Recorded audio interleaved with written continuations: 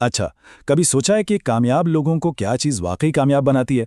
आज हम इसी कामयाबी के खाके को समझने की कोशिश करेंगे और ये देखेंगे कि मुस्बत सोच और सही अमल किस तरह किसी की भी तकदीर बदल सकते हैं। ज़रा उन लोगों के बारे में सोचिए जिनसे आप मिलते हैं। वो जो पुरकशिश होते हैं, करिश्माती होते हैं। जब वो किसी कमरे में दाखिल होते हैं ना, तो ऐसा लगता है जैसे सारी तवज्जो उन पर मरकूज हो गई है। आखिर उनकी शख्सियत में ऐसा क्या खास होता है? तो आइए इस राज से पर्दा उठाते हैं। सबसे पहले हम ये देखते हैं कि ज़ाहिरी तौर पर यानी ऊपर ऊपर से कामयाब लोगों में क्या नजर आता है। वो कौन सी खुसूसियात हैं जो उन्हें दूसरों से अलग करती हैं। देखिए, ऐसे लोगों में सबसे पहले जो चीज़ नज़र आती है ना, वो है उनकी शख्सियत का मैग्नेटिस, उनकी तवानाई।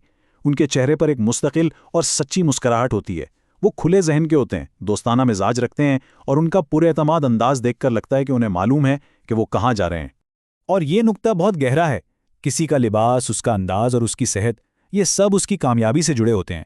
बात महंगी चीज़ों की नहीं हो रही, बल्कि खुद को बेहतरीन तरीके से पेश करने की हो रही है। ये दरअसल खुद की इज्जत करने का एक तरीका है। अच्छा, ज़ाहिरी शख्सियत के बाद अब बात करते हैं उस हुनर की जो इन सब चीज़ों को जोड़ता है, यानी बातचीत का फन।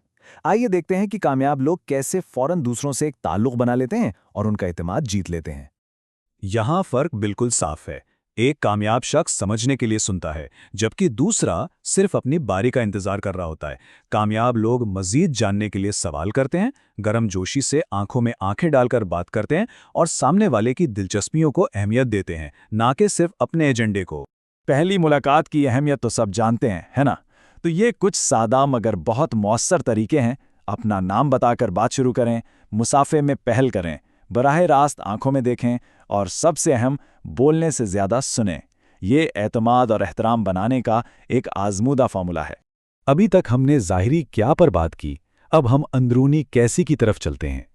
ये वो ज़हनी बुनियाद है जो उनके तमाम कामों को ताकत देती है। इस सब की बुनियाद सिर्फ एक चीज़ है, मुस्बत खुदनुमाई। मतलब ये एक पुख्ता यकीन है कि आप एक काबिल कद्र और कामयाब शख्स हैं, और यही यकीन फिर आपके हर एक्शन से ज़ाहिर होता है। कामयाबी बाहर से नहीं, अंदर से शुरू होती है। यहाँ कामयाबी का पहला उसूल सामने आता है, ख्याल जमा अमल बराबर है तकमील। देखिए, ख्याल एक चिंगारी की तरह है, लेकिन अमल वो इंजन है जो उसे मंजिल तक पहुंचाता है।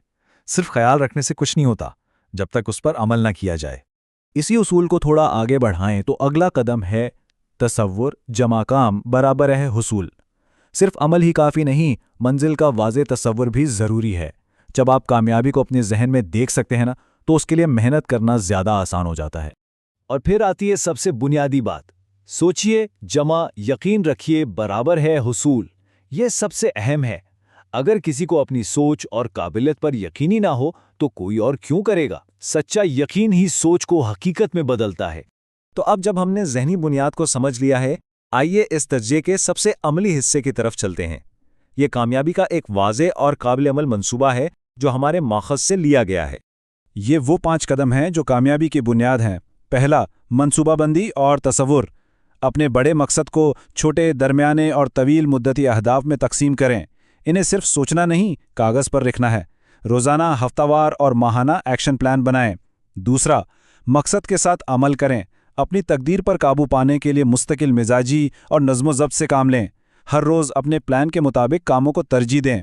तीसरा, अपनी कदर पहचानें, खुद तरसी को रद्द करें और वो एतमाद अपनाएं जो आप मुस्तकबिल में बनना चाहते हैं। चौथा, मुस्बत ज़हनियत बरकरार रखें।